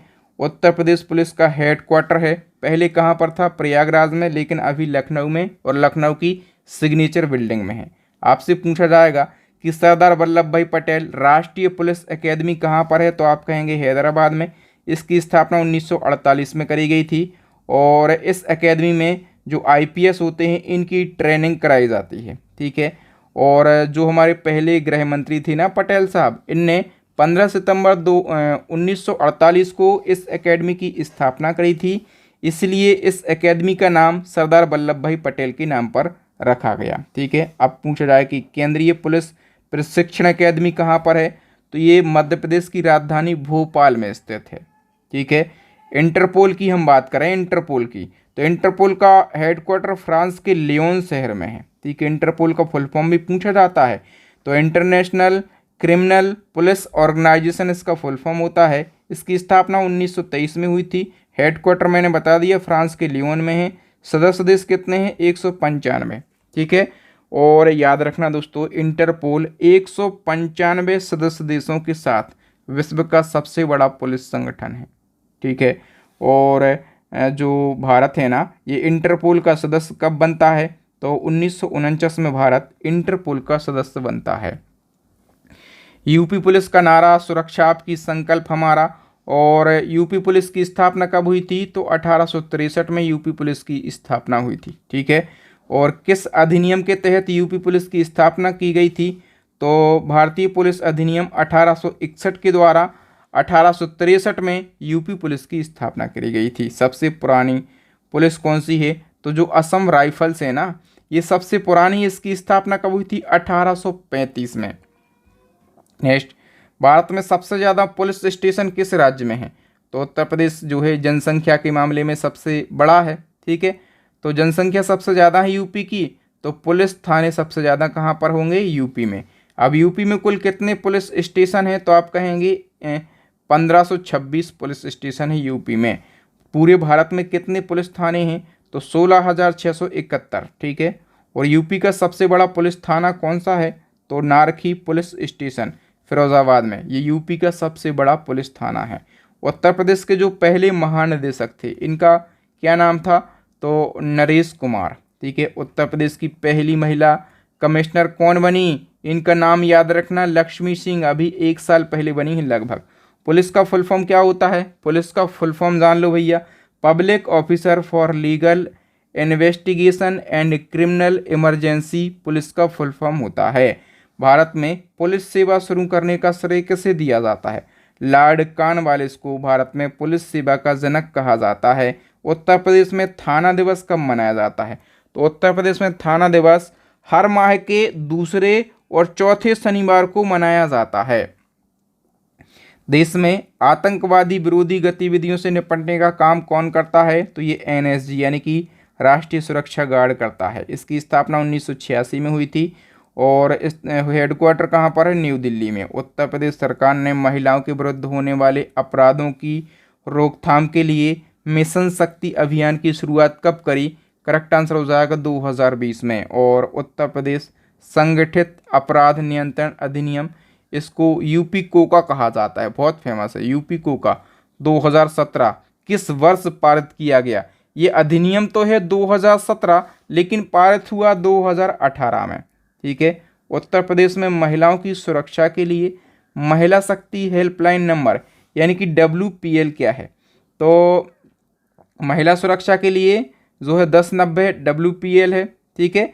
और यदि आपसे घरेलू हिंसा पूछी जाए, किसी महिला के साथ घरेलू हिंसा होती है तो हेल्पलाइन क्या है? 1091। ठीक है। साइबर क्राइम की शिकायत दर्ज कराने के लिए हेल्पलाइन नंबर क्या है? तो ये 1930 है। अभी हम हेल्पलाइन नंबर भी पढ़ेंगे आगे, जितने भी हेल्पलाइन नंबर हैं, आपातकालीन नंबर हैं, या फिर आपको टोल फ्री नंबर बोल सकते हैं या फिर हेल्पलाइन नंबर बोल सकते हैं। यहाँ से क्वेश्चन हमेशा पूछे जाते हैं, तो इस टॉपिक को भी हम फटाफट से रिवाइज कर लेते हैं। सबसे पहले हम बात करें WPL की, तो मैं बता चुका हूँ महिला पावर लाइन नंबर, इसको WPL कहा जाता है, ये 1090 है। और यदि किसी महिला के साथ घरेलू हिंसा होती है, उसके साथ बुरा दुर्व्यवहार होता है, कोई उस मतलब घर में मारपीट कर रहा है, पति दारू पी के आ रहा है और दे मार लगा रहा है, तो घरेलू हिंसा में 1091। ठीक है, दोनों में अंतर समझ गए। महिला पावर लाइन नंबर, कोई भी महिलाओं से संबंधित परेशानी हो तो आप 1090 लगा देना। ठीक है। और घरेलू हिंसा हो रही है, दुर्व्यवहार हो रहा है, 1091 लगा देना। बाल संरक्षण के लिए जो चाइल्ड लाइन नंबर है ये 1098 है। साइबर क्राइम का बता चुका हूं, यदि आपके साथ साइबर से संबंधित कोई धोखाधड़ी होती है, आप तो समझ गए ना साइबर क्या होता है, साइबर क्राइम क्या होता है, मैं आपको पढ़ा चुका हूं। ठीक है, तो आप 1930 लगा देना। ठीक है। पुलिस हेल्पलाइन नंबर के लिए आप 100 या 112 लगा देना। ठीक है। आपदा पुलिस के लिए यदि कोई आपदा आ जाती है तो आप 108 लगा देना। सैन्य पुलिस सहायता के लिए एक नंबर है, ये यूपी सरकार ने लॉन्च किया है, स्पेशली योगी जी ने। मतलब जो सेना के जवान हैं, या तो वर्तमान जवान या फिर जो रिटायर्ड हो चुके हैं, ऐसे जवान, यदि उनको पुलिस की सहायता लेना है, उनको कोई परेशान कर रहा है, तो इसके लिए नंबर है 155200। ठीक है। यातायात पुलिस, ऐसा नहीं कि आप सेना की सहायता चाहते हैं तो लगा दें। सैनिकों के लिए, हमारे जवानों के लिए जो देश की सेवा कर रहे हैं या करके आ चुके हैं, उनके लिए यदि पुलिस की ज़रूरत है तो ये नंबर है। ठीक है। यातायात पुलिस हेल्पलाइन नंबर क्या है? 103। और रेलवे पूछताछ हेल्पलाइन नंबर है 139। भ्रष्टाचार विरोधी हेल्पलाइन नंबर है 1031। और घरेलू हिंसा या यौन हिंसा होती है किसी के साथ तो 181। राष्ट्रीय मानवाधिकार, यदि आपके अधिकारों का कोई हनन हो जाता है तो आप लगाना 144-33 यानी कि 14-43-3। पावर कॉरपोरेशन के कस्टमर केयर का नंबर क्या है? तो बिजली से संबंधित कोई शिकायत है, क्यों नहीं आ रही है, क्यों काट ली वगैरह वगैरह, तो आप 1912 लगा देना। मौसम से संबंधित कोई आप मदद चाहते हैं, पानी नहीं गिर रहा, 15 दिन हो गए, कब तक गिरने की संभावना, तो 1717 पे कॉल कर देना। रक्त बैंक, ब्लड बैंक, आपको किसी प्रकार के रक्त की ज़रूरत है, ठीक है, कौन से ग्रुप के रक्त की ज़रूरत है, तो आप इस पे लगा सकते हैं, या फिर आप डोनेट करना चाहें तब भी लगाएं। ठीक है। भूकंप की बात करें, भूकंप हेल्पलाइन नंबर क्या है? 1092। सरकारी कर्मचारियों के द्वारा यदि भ्रष्टाचार किया जाता है तो आप एंटी करप्शन ब्यूरो का नंबर लिख लीजिए, क्या है? 1064। अग्निशमन, यदि कहीं आगजनी हो जाती है 101 लगा देना। यदि LPG लीक हो जाती है कहीं पाइपलाइन में आपके घरों में तो 1906 लगा देना। वायु संबंधी कोई दुर्घटना हो जाती है, ठीक है, हेलीकॉप्टर क्रैश हो जाता है वगैरह वगैरह, तो आप 1071 लगा देना। ठीक है। वायु दुर्घटना में 1071 है। ठीक है। और आगे हम बढ़ेंगे तो रेल दुर्घटना में 1072 है, और यदि रोड दुर्घटना हो जाती है तो इसके लिए 1073, यानी सबसे पहले वायु में 71, फिर रेल में 72 और रोड में 73। ठीक है। और राजमार्ग, यदि राष्ट्रीय राजमार्ग पर कोई एक्सीडेंट हो जाता है तो 1033। बढ़ते क्रम में ये नहीं है, ये थोड़ा सा अलग है, 1033 है ना। जन शिकायत CM हेल्पलाइन, इसको CM खुद वो कर रहे हैं मॉनिटरिंग, तो इसका क्या है? 1076 है। ठीक है। यदि कोई कोटेदार राशन कम तौलता है, ठीक है, बीच में वो मतलब अपना वो कर लेता है, ठीक है, मतलब कम तौल रहा है ना राशन, तो कोटेदार के खिलाफ आप शिकायत कर सकते हैं 1077 पर। इंडियन रेलवे का वुमेन सेफ्टी नंबर क्या है? यदि आप रेल के अंदर यात्रा कर रही है कोई महिला, ठीक है, उसको कोई परेशान कर रहा है, उसको सेफ्टी की ज़रूरत है, तो 182 नंबर है। ठीक है। राष्ट्रीय उपभोक्ता हेल्पलाइन नंबर, यदि आपके साथ आप कस्टमर हैं, दुकान पर आपसे किसी ने ठगी कर ली है, ठीक है, तो आप 1915 लगा के आना। किसान कॉल सेंटर, किसान किसी प्रकार की कोई मदद चाहते हैं, ठीक है, तो 1551। आपातकालीन एम्बुलेंस आपको पता ही है 108। आपातकालीन एम्बुलेंस लेकिन प्रेगनेंसी की कंडीशन में केवल प्रेग्नेंट महिलाओं के लिए या फिर प्रसूता वगैरह जो हैं इनके लिए 102 है, ठीक है, समझ गए आप लोग। तो यहाँ पर हमने क्या पढ़ लिया है, जितने भी महत्वपूर्ण हेल्पलाइन नंबर थे उनको हमने पढ़ लिया है। ओके, अब जितने भी प्रमुख वचन और नारे हैं एक बार हम उनका क्विक रिवीजन कर लेते हैं। ये हमारा नेक्स्ट एंड ट्रेंडिंग टॉपिक है। इंकलाब जिंदाबाद का नारा दिया भगत सिंह ने, दिल्ली चलो का नारा दिया सुभाष चंद्र बोस ने, मारो फरंगी का जो नारा है ये मंगल पांडे ने दिया, कर मत दो कौन कहते थे, सरदार वल्लभ भाई पटेल का कहना था कि आप कर मत दो, ठीक है, विजय विश्व तिरंगा प्यारा, झंडा ऊंचा रहे हमारा, ठीक है, इसकी रचना जो है श्यामलाल गुप्त पार्षद ने करी है। वंदे मातरम बंकिम चंद्र चटर्जी ने इसकी रचना करी। जन गण मन यदि नायक जय है रविन्द्रनाथ टैगोर ने या फिर ठाकुर ने इसकी रचना करी है। साम्राज्यवाद का नाश हो ये नारा भगत सिंह ने दिया। स्वराज हमारा जन्म सिद्ध अधिकार है और हम इसको लेकर रहेंगे, बाल गंगाधर तिलक का। सारे जहां से अच्छा हिंदोस्तां हमारा, ये इकबाल ने दिया, ठीक है। तुम मुझे खून दो मैं तुम्हें आज़ादी दूंगा, ये सुभाष चंद्र बोस का नारा है।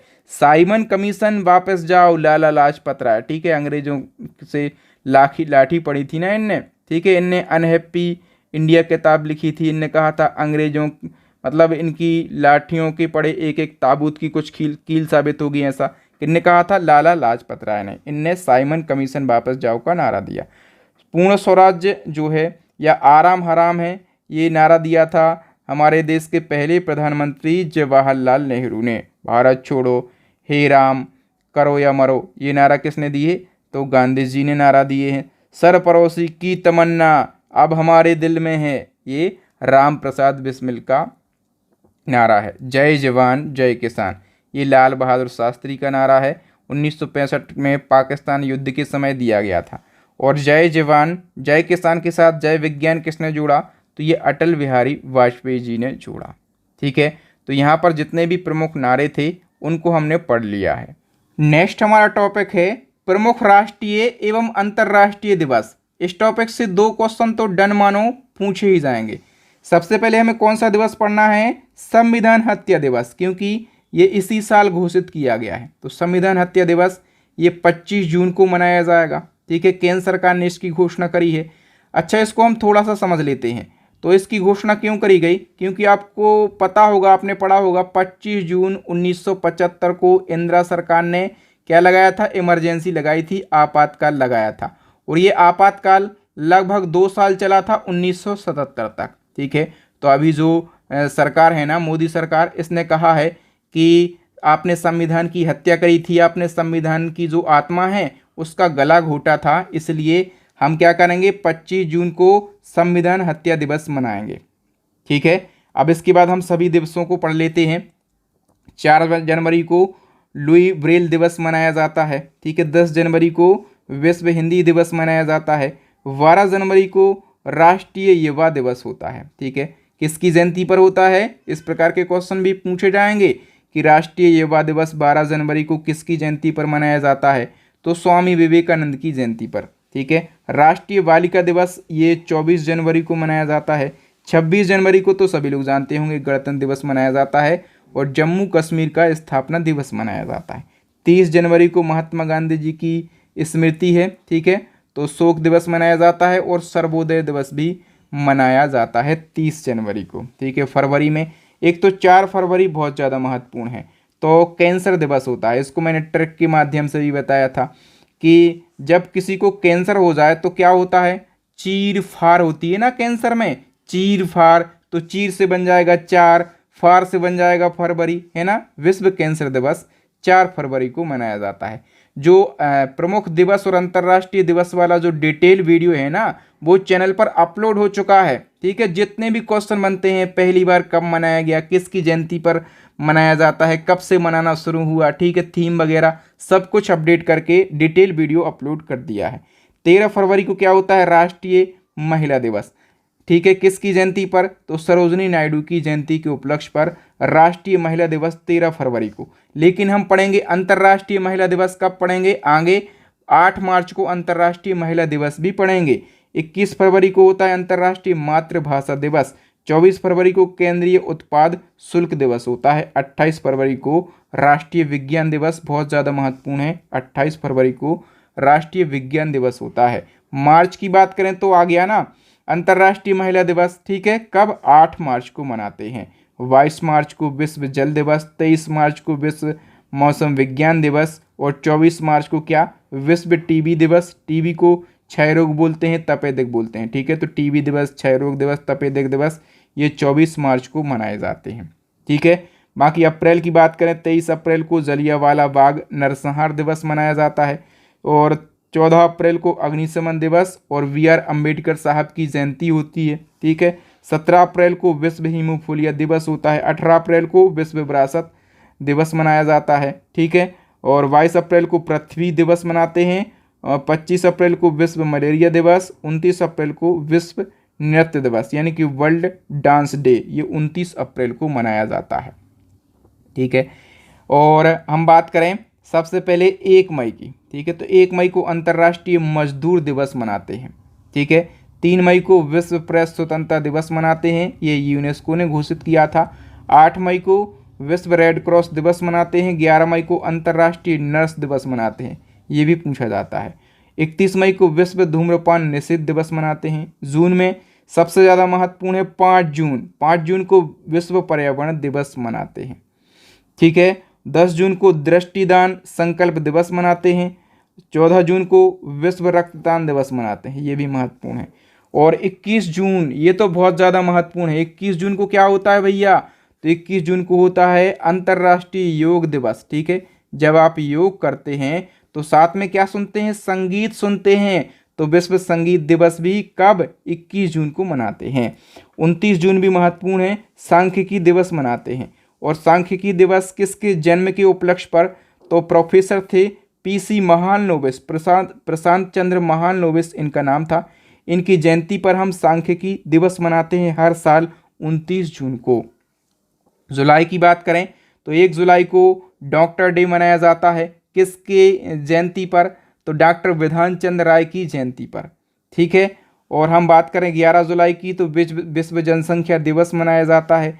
18 जुलाई को नेल्सन मंडेला दिवस मनाते हैं और 26 जुलाई को विजय या फिर कारगिल दिवस मनाया जाता है। अगस्त की बात करें, 12 अगस्त को अंतर्राष्ट्रीय युवा दिवस। ठीक है, केवल राष्ट्रीय युवा दिवस हमने कब पढ़ा, तो हमने पढ़ा क्या, 12 जनवरी को स्वामी विवेकानंद की जयंती पर राष्ट्रीय युवा दिवस। लेकिन अंतर्राष्ट्रीय युवा दिवस ये 12 अगस्त को। 14 अगस्त को पाकिस्तान का स्वतंत्रता दिवस होता है और एक दिन बाद 15 अगस्त को अपना स्वतंत्रता दिवस होता है ना। पाकिस्तान एक दिन पहले ही स्वतंत्र हो गया था, मतलब एक दिन पहले ही अलग राष्ट्र की घोषणा हो गई थी। 20 अगस्त को सद्भावना दिवस, ये राजीव गांधी की जयंती के उपलक्ष्य पर मनाया जाता है। और मच्छर दिवस भी मनाया जाता है।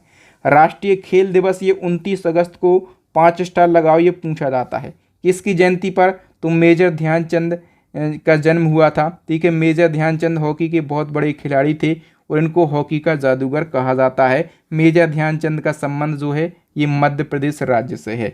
सितंबर की बात करें तो 5 सितंबर को होता है शिक्षक दिवस और डॉक्टर सर्वपल्ली राधाकृष्णन की जयंती पर 5 सितंबर को शिक्षक दिवस होता है। ठीक है, और इसी के बाद यदि हम बात करें 1 महीने बाद 5 अक्टूबर को क्या होता है, विश्व शिक्षक दिवस, ये यूनेस्को ने घोषित किया था। ठीक है, हम सितंबर के पढ़ रहे हैं। 14 सितंबर को हिंदी दिवस होता है, लेकिन विश्व हिंदी दिवस पूछा जाए तो आप कहेंगे 10 जनवरी को होता है। ठीक है, 15 सितंबर को इंजीनियर्स डे होता है। 16 सितंबर को विश्व ओजोन परत संरक्षण दिवस होता है, ये भी पूछा जाता है। और 27 सितंबर को विश्व पर्यटन दिवस होता है। अक्टूबर में 1 अक्टूबर को रक्तदान दिवस, 2 अक्टूबर को गांधी जयंती होती है। ठीक है, अंतर्राष्ट्रीय अहिंसा दिवस भी 2 अक्टूबर को मनाते हैं। 8 अक्टूबर को भारतीय वायुसेना दिवस मनाते हैं। 10 अक्टूबर को राष्ट्रीय डाक दिवस मनाते हैं। ठीक है, नवंबर में 10 नवंबर को परिवहन दिवस या फिर वन शहीद दिवस, ठीक है, मनाते हैं हम। और शांति एवं विकास हेतु विश्व विज्ञान दिवस भी मनाते हैं। ये बहुत ज़्यादा महत्वपूर्ण नहीं है। ठीक है, 11 नवंबर को राष्ट्रीय शिक्षा दिवस मनाया जाता है और ये जो पहले शिक्षा मंत्री थे मौलाना अबुल कलाम आज़ाद, इनकी जयंती पर मनाया जाता है। ठीक है, 14 नवंबर भी पूछा जाता है, बाल दिवस मनाते हैं। नेहरू जी की जयंती होती है। ठीक है, नेहरू जी बच्चों से बहुत ज़्यादा प्रेम करते थे और बच्चे भी इनको चाचा चाचा के उपनाम से जानते थे, मतलब चाचा नेहरू कहते थे। ठीक है, विश्व मधुमेह दिवस भी होता है। दिसंबर की बात करें तो दिसंबर में तो आप एक कोड याद रखो, आप ऐसा लिखो, एक विनाश दिसंबर। क्या एक विनाश हुआ था, कब हुआ था? तो वो दिसंबर में हुआ था। तो दिसंबर से आपको पता चलेगा ये दिसंबर महीने के हम दिवस को पढ़ रहे हैं। ये एक ट्रिक है। ठीक है, इसको हम मतलब 4-5 दिवस याद करवा दूंगा। देखिए, ए से क्या बनता है, ए से हमारा बन जाता है 1 दिसंबर। ठीक है, और 1 दिसंबर को क्या होता है, एड्स दिवस होता है। ठीक है, का से हमारा बन जाता है कंप्यूटर दिवस। ठीक है, देखो 1 2, तो 2 दिसंबर को क्या होता है, कंप्यूटर दिवस। वी से हमारा बन जाता है विकलांगता दिवस। तो कहाँ पहुंच गए, 3 पर। 3 दिसंबर को विकलांगता दिवस होता है। ठीक है, ना से हमारा बन जाता है, 4 पहुंच गए ना, नौसेना दिवस। ठीक है, नौसेना दिवस 4 पर पहुंच गए। तो ये 4 दिसंबर को नौसेना दिवस मनाया जाता है। ठीक है, और एक विनाश दिसंबर कोड याद कैसे होगा, एक विनाश हुआ था, भोपाल गैस त्रासदी हुई थी, MIS मिथाइल आइसोसाइनाइड गैस का रिसाव हुआ था 3 से 4 दिसंबर। ये लिखा, भोपाल गैस त्रासदी दिवस कब, 3 दिसंबर की रात और 4 दिसंबर के दिन को ये त्रासदी हुई थी। ठीक है, इसलिए भोपाल गैस त्रासदी भी कब मनाते हैं हम, तो ये 3 दिसंबर को मनाते हैं। एक विनाश दिसंबर, ये ट्रिक है। 4-5 दिवस आपको इजीली याद हो जाएंगे, आप पूरी जिंदगी में नहीं भूलेंगे। 5 दिसंबर को सामाजिक विकास हेतु स्वयंसेवी दिवस। 7 दिसंबर को भारतीय सशस्त्र सेना झंडा दिवस और 22 दिसंबर को राष्ट्रीय गणित दिवस। 23 दिसंबर को किसान दिवस, और किसान दिवस चौधरी चरण सिंह की जयंती पर मनाया जाता है। 24 दिसंबर को राष्ट्रीय उपभोक्ता दिवस। 25 को सुशासन दिवस यानी कि good governance day. Atal Bihari Vajpayee की जयंती पर गुड गवर्नेंस डे मनाया जाता है। इस दिन क्रिसमस डे भी होता है। तो ये महत्वपूर्ण दिवस थे। अब हम फेमस लोक नृत्य को पढ़ लेते हैं। ठीक है, जो प्रमुख लोक नृत्य हैं इनको पढ़ लेते हैं, यहाँ से भी क्वेश्चन पूछे जाते हैं। तो सबसे पहले आपको पता होगा कि भारत में शास्त्रीय नृत्य कितने हैं, 8 हैं शास्त्रीय नृत्य। ठीक है, कौन सा शास्त्रीय नृत्य किस राज्य का है, ये भी पूछा जाता है। जो भरतनाट्यम है तमिलनाडु का, कथक है उत्तर प्रदेश का, कथकली केरला का, मोहिनीअट्टम भी केरला का, उड़ीसी तो उड़ीसा का है, नाम से ही समझो। शास्त्रीय जो है ये असम का है, मणिपुरी मणिपुर का है, कुचिपुड़ी आंध्र प्रदेश का है।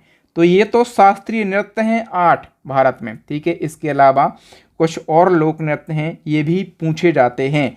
जैसे सबसे पहले हम बात करें आंध्र प्रदेश के, तो कुचिपुड़ी, भामकल्पम, वीरनाट्यम, कोलाट्टम, बुट्टा बोम्मालू। ठीक है, आंध्र प्रदेश के हैं। असम के बिहू है, बिछुआ है, नट पूजा है, नागर नृत्य है। बिहार में जटा जतिन है, बखो बखेन है, पवरिया है, समा चकवा है और विदेशिया। ठीक है, ये बिहार के हैं।